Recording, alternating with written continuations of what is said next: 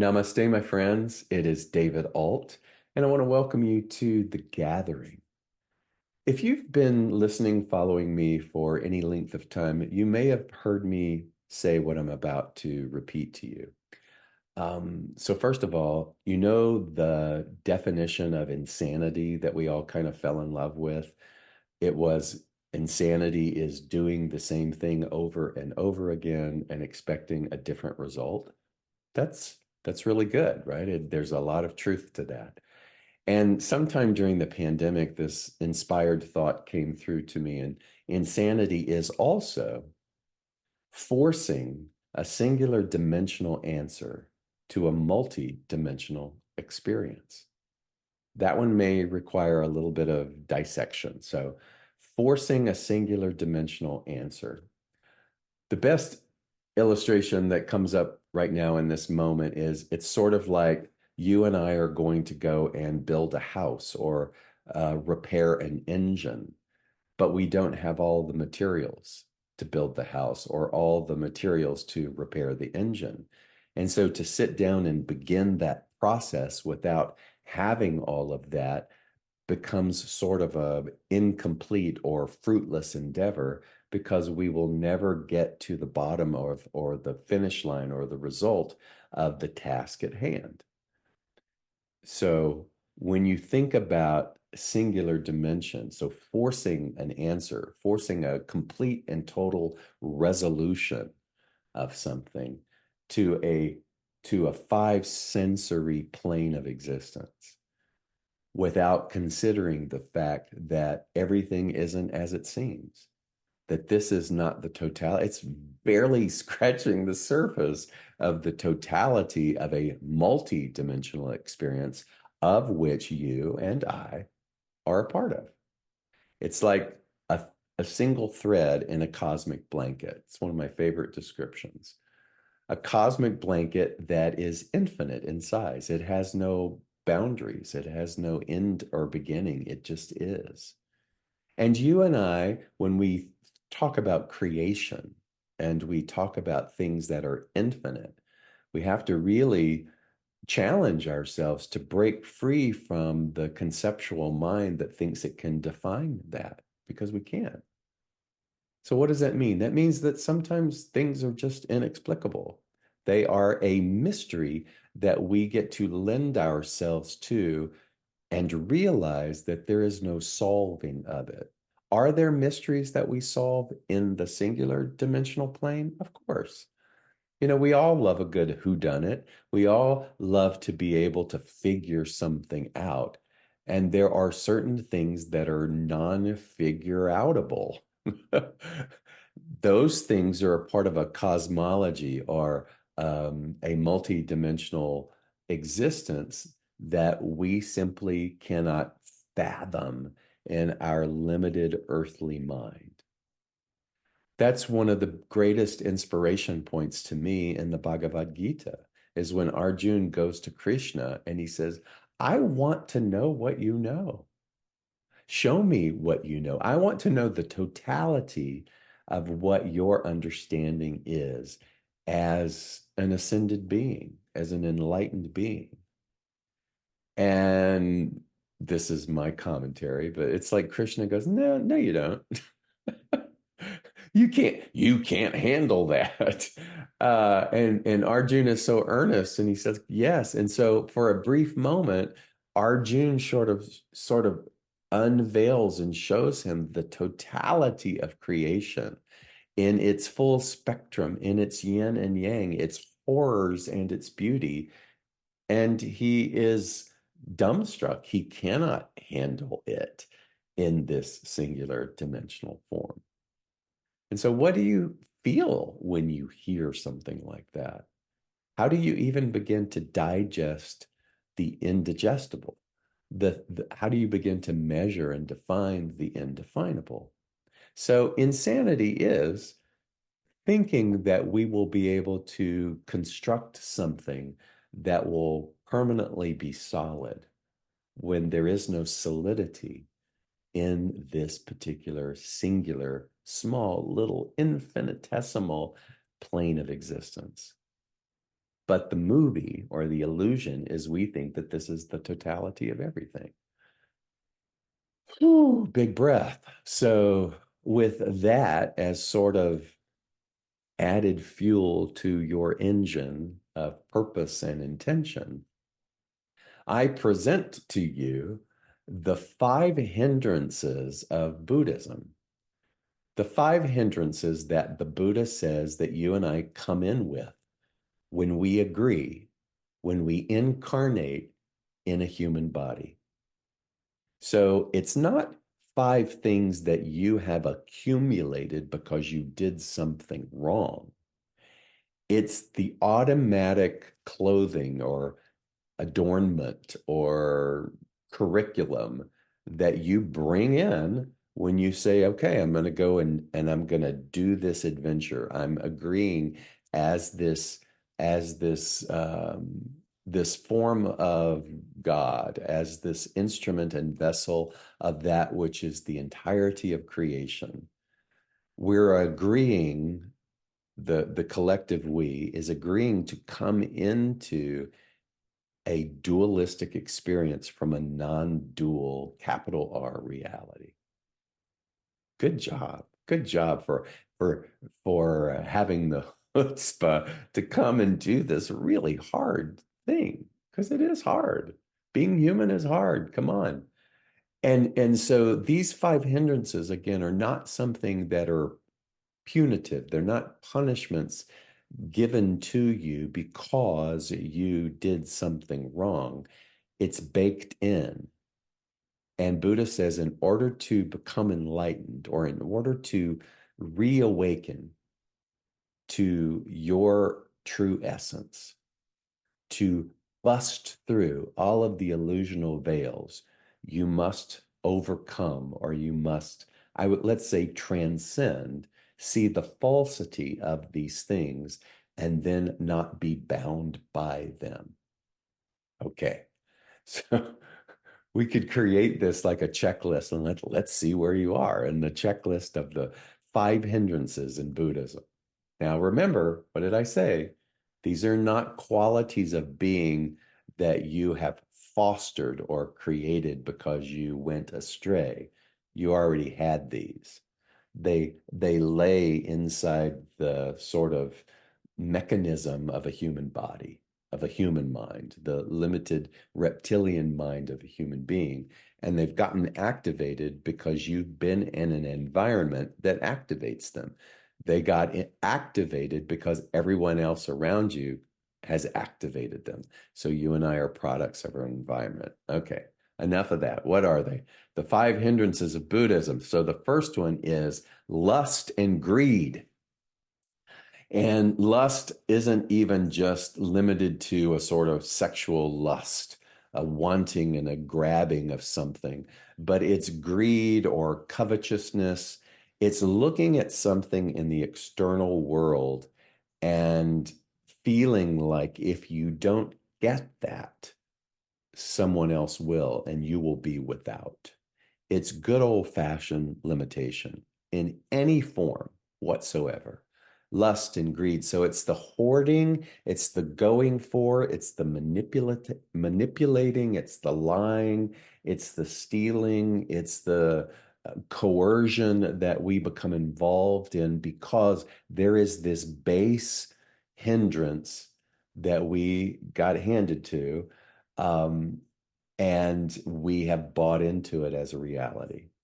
So anytime that we operate or our actions, whether they are conscious or unconscious, come from that lust, greed, or that covetousness place where we got to get while the getting's good because someone else is going to take it away from us in any form, any form. This is limitation at its bare bonedness.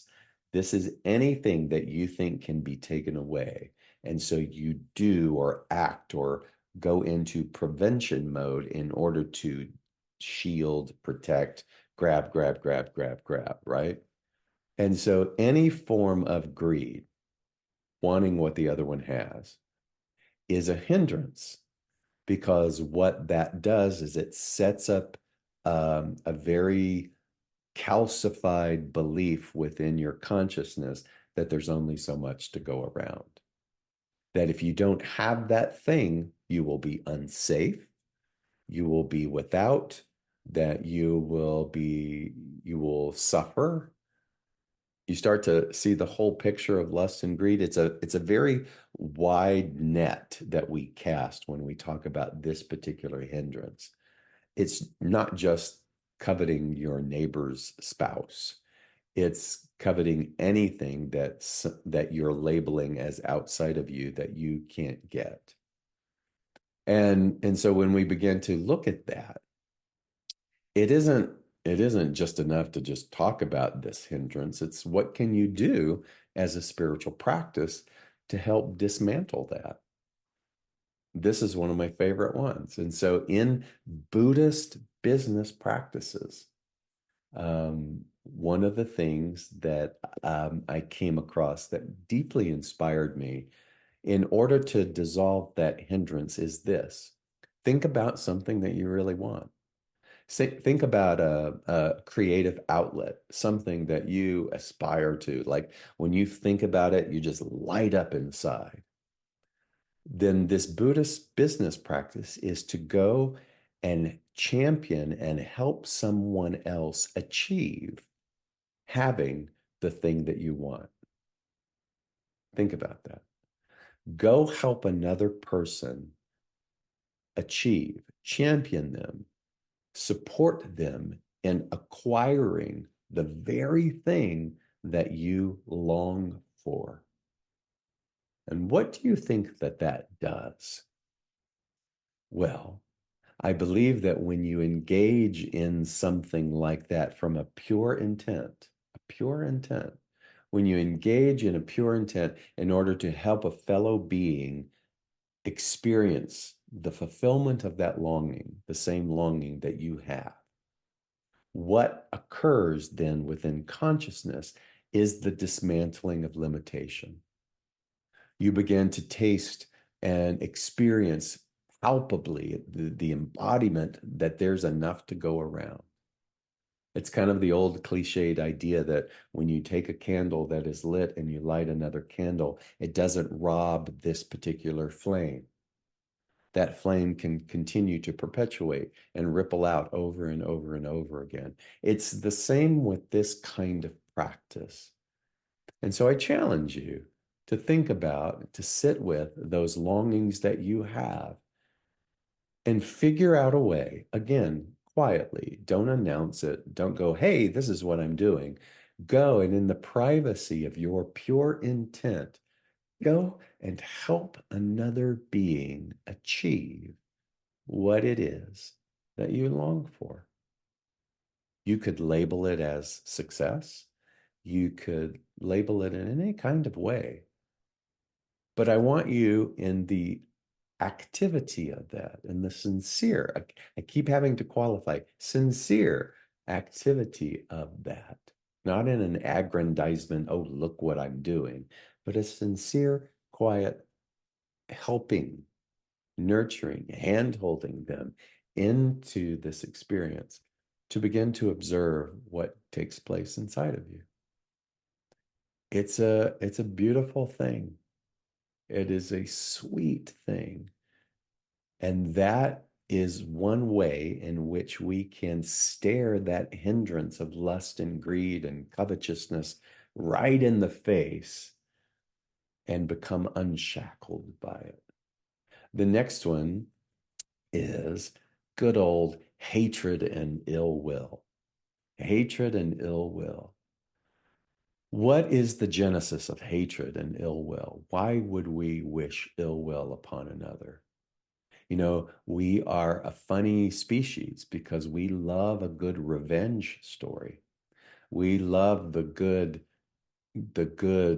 movie or novel or whatever it is that the bad person gets it in the end. We love that. There's this satisfaction. And so we have to ask ourselves, what is the origin of that satisfaction? Because what we are watching is a fictional solving of something that we think has a finality to it. We think that by jailing the person that we have ill will with, we think that by killing these quote quote enemies, that we have obtained a victory that is forever, and it isn't. It's a it's a falsehood of a cyclical thing that will just keep repeating itself. And so if we live a life where we are defeating the enemy, then that means that we are in a mindset where there will always have to be new enemies. There will always have to be the same narrative repeating itself over and over again. And we will always then be a being who is on the attack.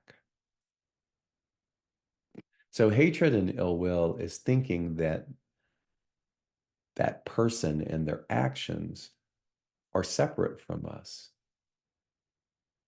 when it truly is a mirror reflecting aspects of our own behavior. So how do we begin to dismantle this particular hindrance of hatred and ill will?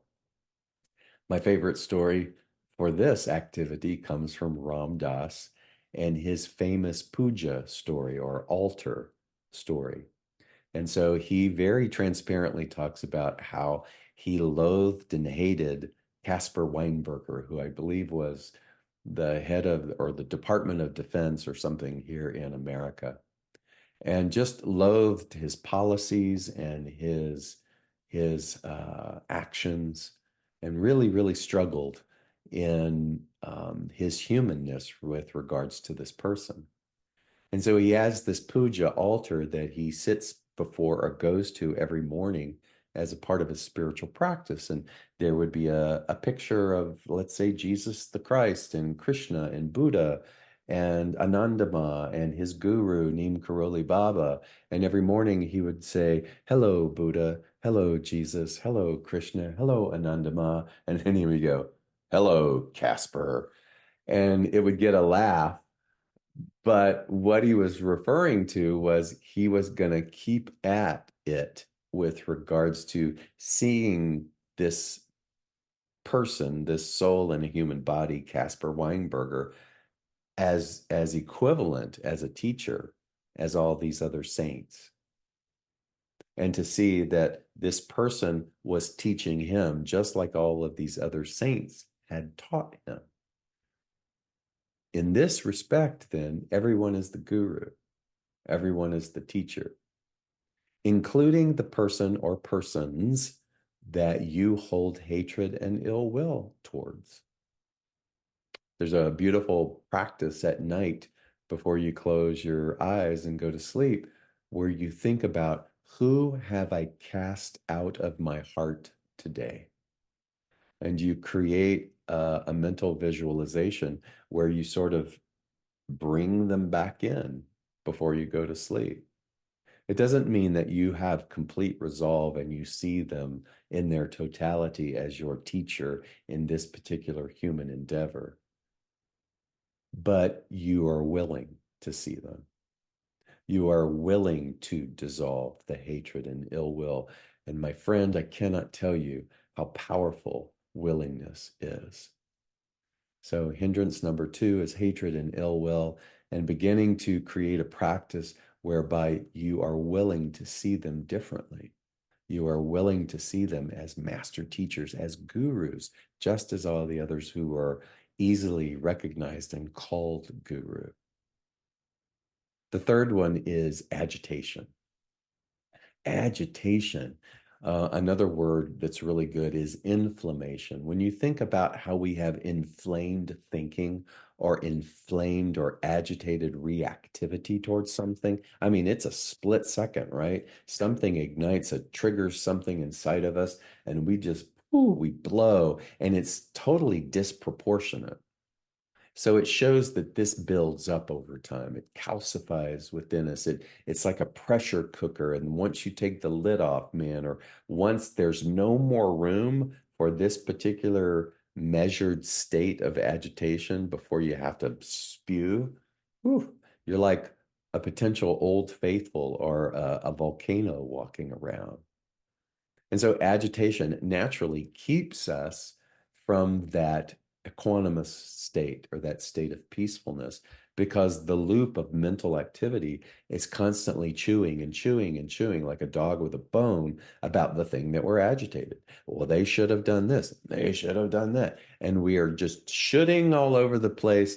And we are so much in the past or in the expectancy of an agitation in the future that we have no ability to be here in the peaceful state of the now. What do you do about that? What do you do about agitation? Agitation then becomes a hindrance from you and I ever truly being fully liberated. And you can pretty much tell agitated beings. Some of them, they wear it right on the surface. Some of them are so actively on the keyboard of Facebook and all the other social media that they have to comment about everything. They have to post about everything. It's just blah, blah. It's this perpetual verbal vomiting about everything and its harm and oh my God. It's also inflammation. And you know what's curious? If you change the word to inflammation, you can see how the physical vessel of the body can only handle so much diagnostic inflammation. Have you noticed that? Many of us can suffer from inflammation inside this portal, this spacesuit that we've been given. Do you not think that that measurement of inflammation is equivalent to the mental inflammation that we have? And so when we begin to see that, this is one I think that's even more difficult to work with at times because it's just so readily classified as normal. Because you can find tribes, cultures, civilization that are in agreement with your agitation. You don't have to look very far. So, in order to transcend agitation, one of the things that's helpful for me in my reactivity is I call it the 24-hour pause. I take 24 hours before I go and say something, before I do it, and I sit with the agitation in that 24 hours consciously. I sit with the feeling, I sit with the characters and the narrative that are going on in my brain. I consider the fact that what's going on in my mind is a part of an expectation or a picture that didn't get met. None of that has any basis whatsoever on peace itself. And so that 24-hour period becomes a laboratory by which I breathe, by which I try to return to some sense of equanimity and all the other spiritual practices in my toolbox before responding. Is it always 100% effective? Some agitations are really, they have quite a bit of heritage and longevity. Sometimes those agitations are very much a part of our core belief system. And so to get you to be liberated from your core beliefs that you have cultivated and held precious for so long can be a tall order. But it can be let go. We can cling less likely to them as identities.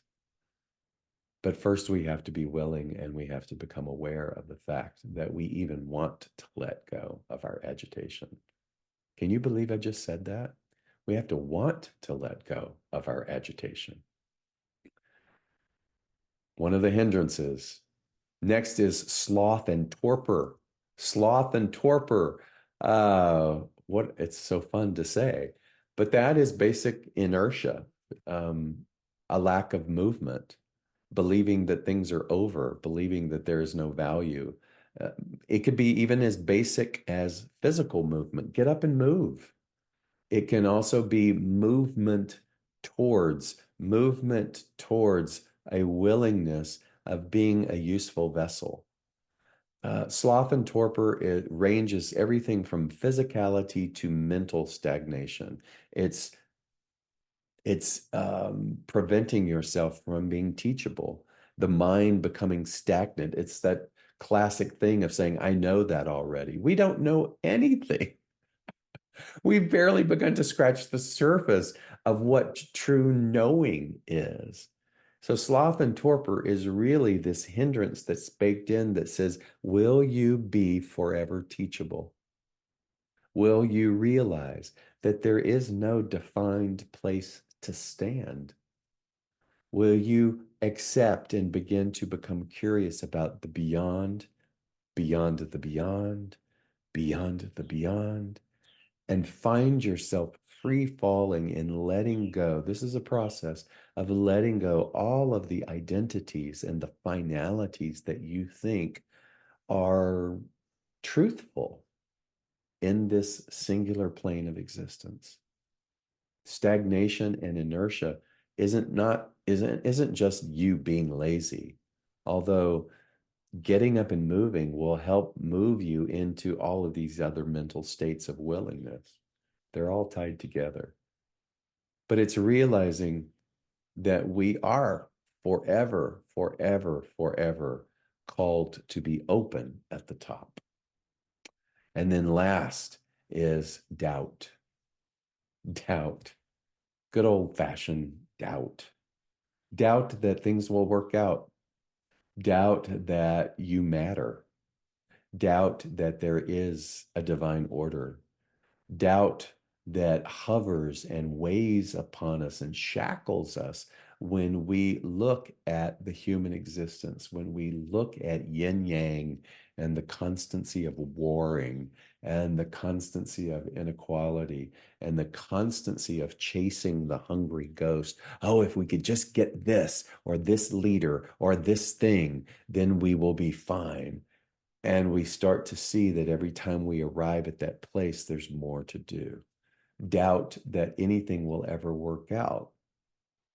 And so, doubt, then, if we hold even a shred of that within our consciousness, that final hindrance then prevents us from that transcendent, all knowing that not everything is as it seems. To be liberated totally of doubt, you have to ask yourself, how would you be in the world? There's your test.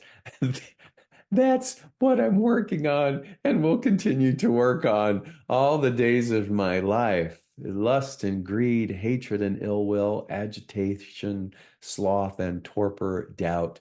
But my friend, guess what? What if they're not hindrances solely, but they are the most masterful teachers that you and I came with, came into this form of existence with in order to learn, in order to shed, in order to transcend the finite nature of being.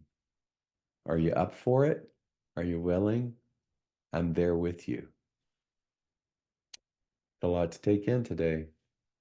Much love.